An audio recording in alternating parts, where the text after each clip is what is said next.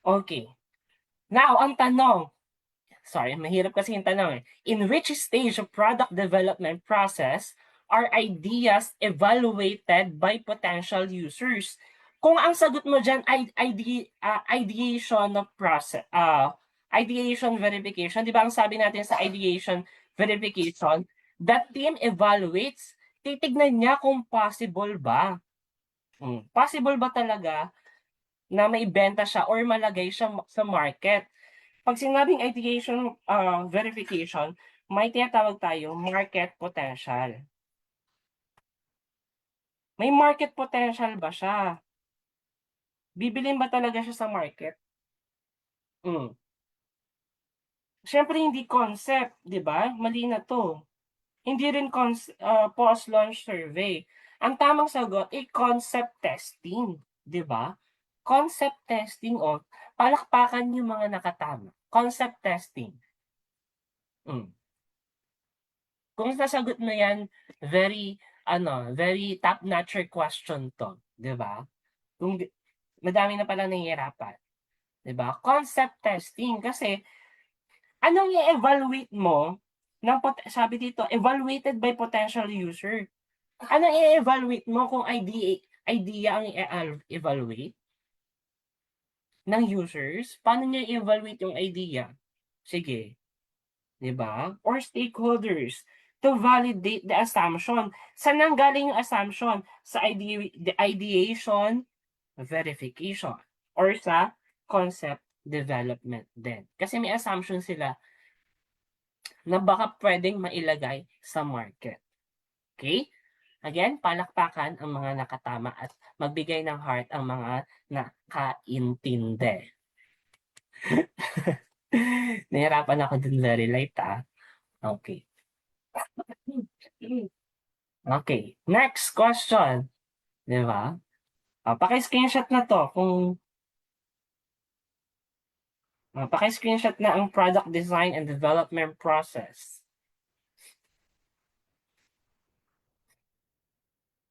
Okay, 3, 2, 1, 3, 2, 1. Okay, buti naman madami nang nakatama. First correct sa 2026 sabi ni Abu Bakar Reeds. Sampalin daw ang sarili pag mali, sabi ni Sir Vendrick Lyle Fabelio. Okay? Next question. Which of the following best describes the extracorporeal self? Okay. Which of the following best describes the extracorporeal self? Letter A person's thoughts, feelings, and inner beliefs. Letter B, a person's physical body and biological traits. Letter C, a person's sense of self based on relationships with others. Or letter D, a person's self-shaped by possessions, environment, and material object. Bakit ko kaya ito tinatanong?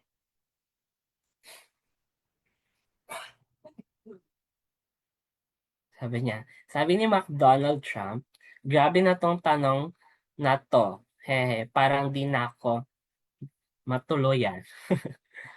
Okay, very good. I see correct answers. The answer here is letter D, kasi daw mahaba. Okay? Tingnan natin sa letter, next question, ang explanation dyan. Okay, sorry. Sige, explain natin. Pag sinabi kasing extracorporeal self, sabi ni Jenica, hindi ikaw yan, sir, hindi ka ganyan magpa-drill, ang hirap na ngayon because it's 2026. Malapit na, di ba?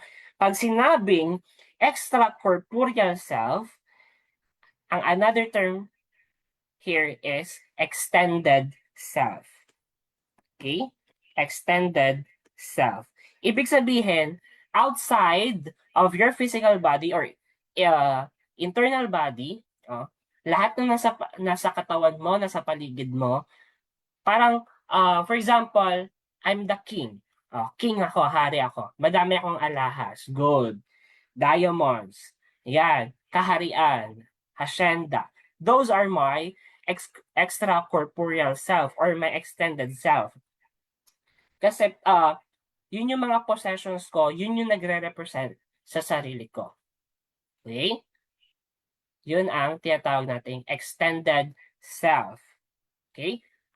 Ang term na ginamit ni William James dyan, ang sabi ni William James, other term niya for that is material self. Okay? Material self. Another, environmental self. Ano pa? Possession-based self. Yan. Yan yung mga ibang term. Okay? Again, pag sinabing extracorporeal self, extended self. A person's sense of self shaped by possessions, environment, and material objects. Bakit ko pinasok yan? Kasi papasok yan dito sa how do ornaments, yung mga suot ng mga kababayan o mga kalalakihan noon, how do ornaments used in arts and crafts reflect the extracorporeal self? Paano daw nare-reflect ng mga ornaments yung extracorporeal self nila by means of ornamentals or ornaments. Sorry, yung mga suot nila, mga bangles, mga hikaw, mga beads. Letter A, they show a person's biological traits and physical abilities. B, they express a person's inner thoughts without using any material. Letter C is status. Letter D, they focus only on the practical function of tools and materials. So, focus tayo sa idea ng extracorporeal self. Ay, sorry, hindi ko pala next. Okay.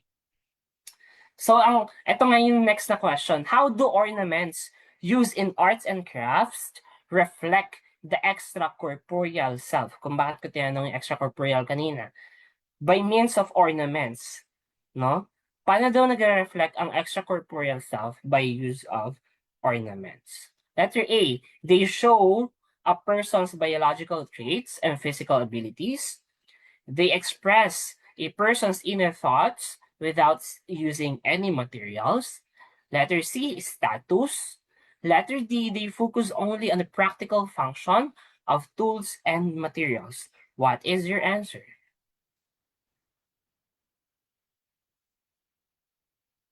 Oh, may nagsagot ng letter A.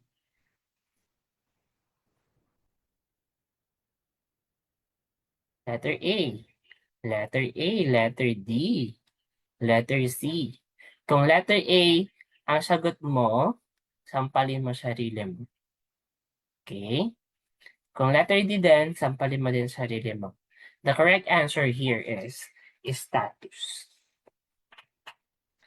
Bakit? Di ba sabi nga natin kanina, extended self, ito yung mga outside or mga suot mo na nag-represent sa sarili mo. Di ba? Pag sinabing status, corona, the crown. Di ba? The crown. Oh, pag may suot kang corona, di ba? That's status. You're a king or queen. Di ba? They represent how personal identity and self-expression are extended through decorative objects. Okay? Personal identity and self-expression are extended through decorative objects. Diba? Sino nakatama? Si Riza May Kyra Ruiz, si Geraldine Reco Hermoso, si Janjan, si Hosely Rose Cruz, palakpakan. Diba? Status. Diba? Nagpapakita sila ng status, yung ornaments. So pag tinanong, diba? Hindi nga lang ornaments pati yung mga tattoo. Diba? They show status. They represent how personal identity and self-expression are extended through decorative objects. Okay? So palakpakan ang mga nakatama at nakagets ng ibig sabihin ng extracorporeal self.